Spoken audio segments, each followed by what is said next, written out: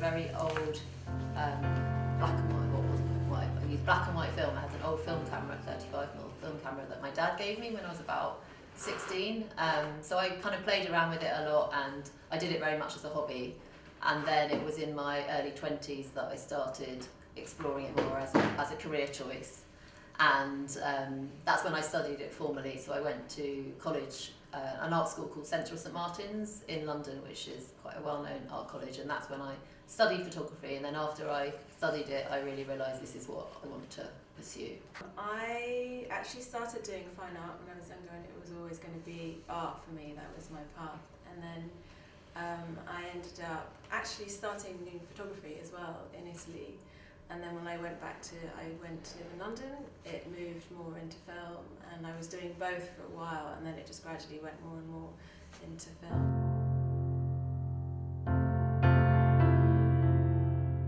When I won the Sony World Photography of the Year, that was back in April, and it was a big surprise because it was for my project called Ex-Voto that we may talk about, that I've been working on for a long time. But they had hundreds of thousands of entries, so I'd never really conceived of winning it. It's opened up lots more opportunities, so I haven't had lots of job offers, but in terms of getting a gallery now, people being much more aware of my work, and it's really given exposure to the project, which is probably the most important thing really, because people are seeing this project and they're understanding the project. So yeah, it has really changed things. It was a big award, and it's made a lot of difference to my career. And I always saw it very much as a book. Not every photography project really lends itself to book form, but for me it told the kind of complete story, because there's about nearly 50 images in the book. So it was important to me that people would have something that they would really, hopefully, treasure and look after and refer to, and something tangible that could last forever, as opposed to a print on a wall that then gets taken down. So it was important for me, because it was such a personal project for me. It was very important that it ended up in book form.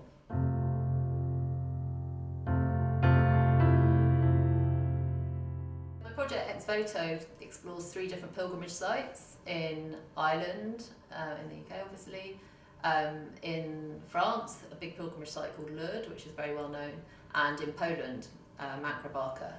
And Ex-Voto means to fulfill a vow. So I became interested in how people were leaving these little objects behind. It could be something that seems insignificant at first, like a little bit of ribbon wrapped around a twig, or there were lots of prayer notes and personal notes that were placed very carefully in like crevices in rocks, wooden crosses, all sorts of kind of items and objects that then take on much more meaning when they're left in these sites that have a great history to them and that are very important in terms of pilgrimage sites.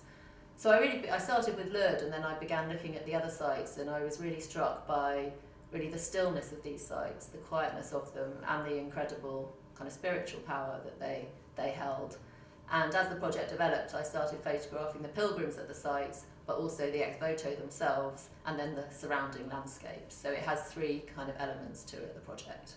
You can't be in those places and not really stop and think. And I think particularly we lead very busy lives.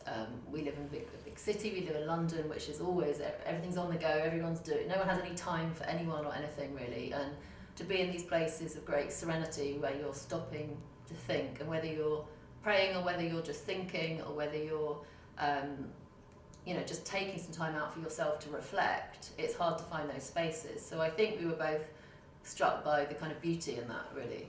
The other thing actually that's really influenced, I would say probably both of us, is the aspect of community, which is really missing in modern life, I think, for most people living in big cities. So being here and being in Lourdes as well, I didn't go to Ireland, but also seeing that in Poland at Grabaka, this everyone coming together and celebrating, and the ritual of celebrating faith together is really special to see and really powerful and important, I think, today, to try and bring that back into people's lives. I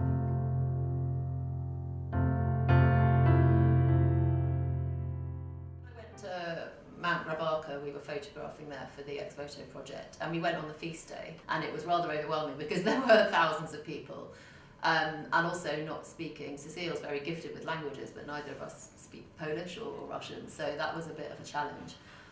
So often when we're working on the project, there are certain people that just really stand out. They very much strike you with their presence or their interesting face. And I remember that Vera was near the steps, or by the water, wasn't she, by the river? She just had this very powerful presence immediately, and I remember saying to Cecile, she's amazing, let us ask her if she'll be photographed. And of course you never know if someone's going to agree, and luckily she spoke very good English and she understood what we were doing, and there was a little bit of forest that we could go into that wasn't as busy as the rest of it. And we maybe, because I'm using such an old-fashioned slow camera as well, we took maybe 4 portraits of her, so not very many. But I think we both thought there was something very special about her, and when I got back the film, the contact sheets, as soon as I saw that image I knew that was probably my favourite of the whole series. She confronts the camera in a really, really powerful way, and she just has this, incredible presence that kind of shines through.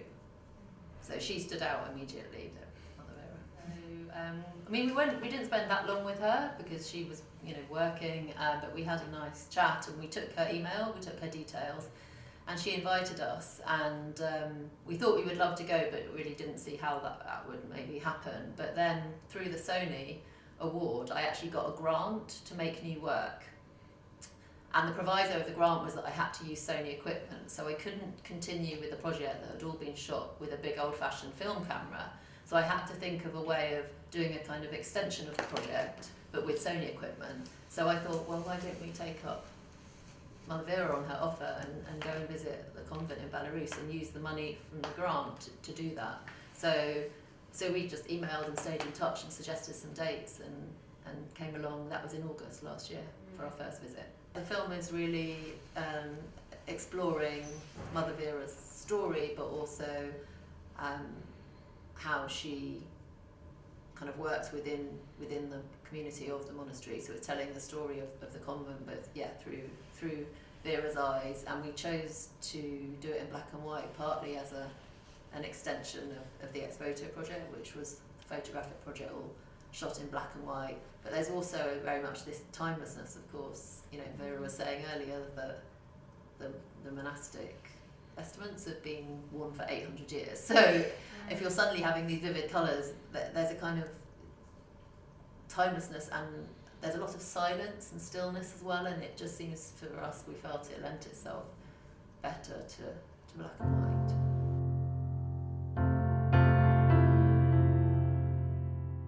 I think the idea of discovering an Orthodox monastery was very intriguing for us both. In lots of ways, as Cecile's already pointed out, we're both interested in exploring different communities, but in some ways it's also shrouded in a bit of kind of mystery, and it's a little bit hidden. It feels, well, the idea of it, if you're not kind of understanding it, or you're not spending time there, is that it's this kind of secret hidden community. Of course, now we've been here, we realise there are perhaps elements of it that still are, but really it's a lot of people living together in a very kind of close way, but also making connections with outside of the community or wider community. So it felt like a quite obvious or good extension of Ex-Voto, but also a community we knew very little about, but that we were both, I think, fascinated to find out more about. The most interesting thing I would say about this convent is, for me anyway, is the variety of things going on and the feeling of connection and community and the energy. That's very energizing and inspiring to be around, and I don't think I've ever really seen anything like it before. On this scale either. I mean, we've talked a lot about how incredible it is, how much is going on here and how much is being accomplished and how much is being done, and how together people are. It's quite amazing. I think on a kind of practical level as well, we had no idea how hard the sisters were. The schedule is in lots of ways very punishing. We were quite surprised. Very early starts, hours and hours of prayer every day. Like it's not an easy option in life. Like you have to be completely committed to that. But with that comes obviously the benefits of the community and the love and seeing the communities grow, and like you say, the human connection, and of course the connection with God and faith. So I haven't really experienced anything like this before. I've stayed with what's kind of considered alternative communities that people have set up in the UK, sometimes with a kind of ideology or they're faith driven, but not on this scale. So I was very much struck how it's so many people coming together. Well, we'd like to say we're hugely grateful for us being given this access, certainly, and as we said before, for the support and the warmth and the welcome that people have given us here. That's been really, really wonderful. We couldn't have done the project without that help. I mean, I also just have an enormous amount of admiration and respect for everyone who works here in terms of the hugely important work that everyone is doing at all different levels and in all different aspects of the community, and seeing it all come together is really something very special.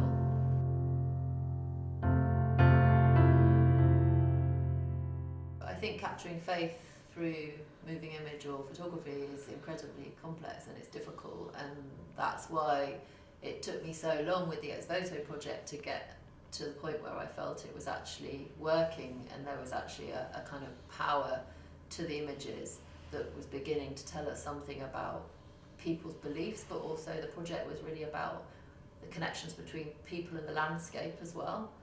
And I think what we're doing with the film is showing that it's not just about the people physically, it is of course, but it's also about their connections with the environment and the landscape, and how you can't really separate the two. What do you think? I think it's really challenging, but I think certainly something that came out in Ex-Voto in the portrait, I think a big thing that opens a little door into, you know, seeing faith is what people give you actually when they stand for you for a portrait. Like Alys and I talked about this often at Lourdes, people who have a strong faith, often there's a sense of them kind of looking into your soul. And we talked about we did, yeah. Something very deep. I mean, we talked about that with reference to the Vera portrait. Yeah, which I don't think you find that much in kind of normal life when people are busy. You know, there's a kind of a direct connection there, which comes through, I think, in the photographs, is kind of opening up. It's also a difficult subject. When I first started Ex-Voto, we struggled for a long time because how do you photograph faith? You know, it's very, how do you even begin to describe it visually? So when we had this opportunity to explore a community and the life of Vera, who we already had this relationship with, it was just, we really were, kind of fascinated and intrigued by that. We want this work to be very truthful, but also very respectful and very sensitive, and that was something that was a big part of my exploration of the pilgrimage sites, that I in no way wanted to make it this kind of spectacle. You know, I mean, there was a detachment there in some ways, because partly because of the equipment I was using, and also because I didn't always share the religious beliefs of the people I was photographing. But I think when you're building these human connections, I definitely felt after the project that I had a better understanding of people's faith, and perhaps when I began to understand their faith more, that's when the project really started working. But as a subject, it's incredibly complex and layered and difficult to try and express. It's not an easy thing to express faith visually. It's a challenge.